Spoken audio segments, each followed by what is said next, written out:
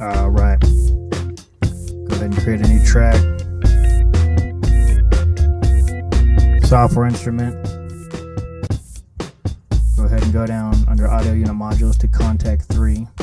This is the VST that you'll receive. It's a demo version. Go ahead and click on this little window there,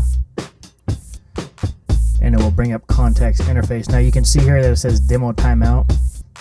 That's because it's a free version, and it will have time limitations and it have save capability limitations. There are some workarounds around that, and I'm going to show you those right now. Go ahead and open up Kontakt's interface. Now I'm going to browse down to where my patch files are. And the good thing about the Kontakt interface is going to read multiple different patch files. You know what I mean? So it'll read these reason files, which is very good.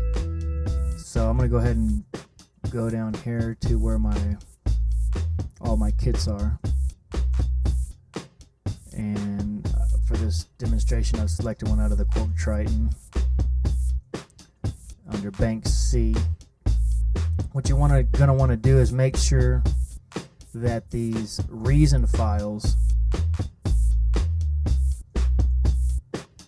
load up in this lower browser window. Now you can see it takes quite a bit of time to actually load these samples up because it's reading thousands of wave files. You got about 128 instruments in each bank, and probably in between 40 and 100 wave files for each instrument. So once you got all these files here loaded in on this upper browser window, you can see that's reason format. Just go ahead and double click one, and you can see it loaded the wave samples in down here. But what we actually need to do is make sure that reason patch file loads in down here. So what you're going to want to do is go ahead and click on this little arrow, and then right click, and it will load all the patch files in this lower window.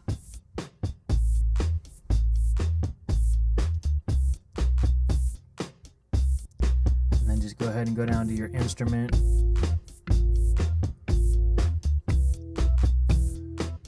And click and drag over. Go ahead and just click and drag over into this window, or double click to get it in there. So I'm just click and drag right into there. And now you can see, you can hear the instrument that's on this track. So that's how you load your instruments up, through Kontakt's interface.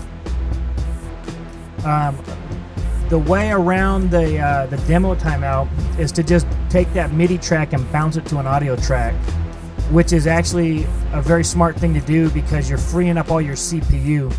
Right now my computer's reading all those wave samples and all the information that's in the patch file for the reason file. You know what I mean? That reason file has portamento,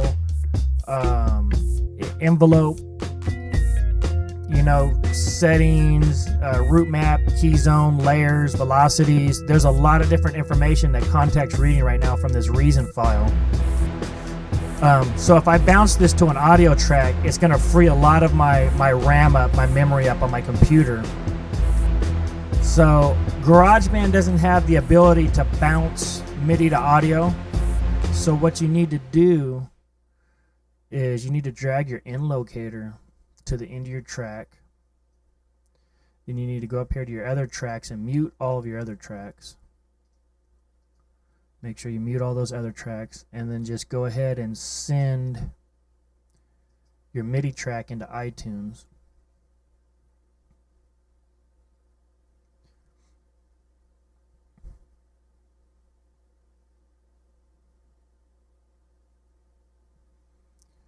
And then you can see here I got my MIDI track in here.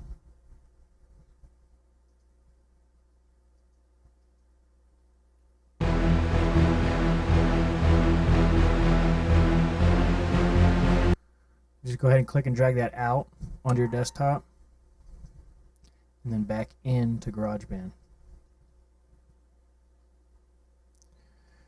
And now if I go ahead and play this back, I mute the original and go ahead and play that back.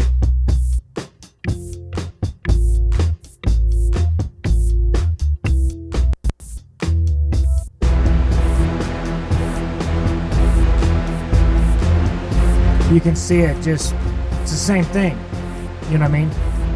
Now go ahead and just delete that track.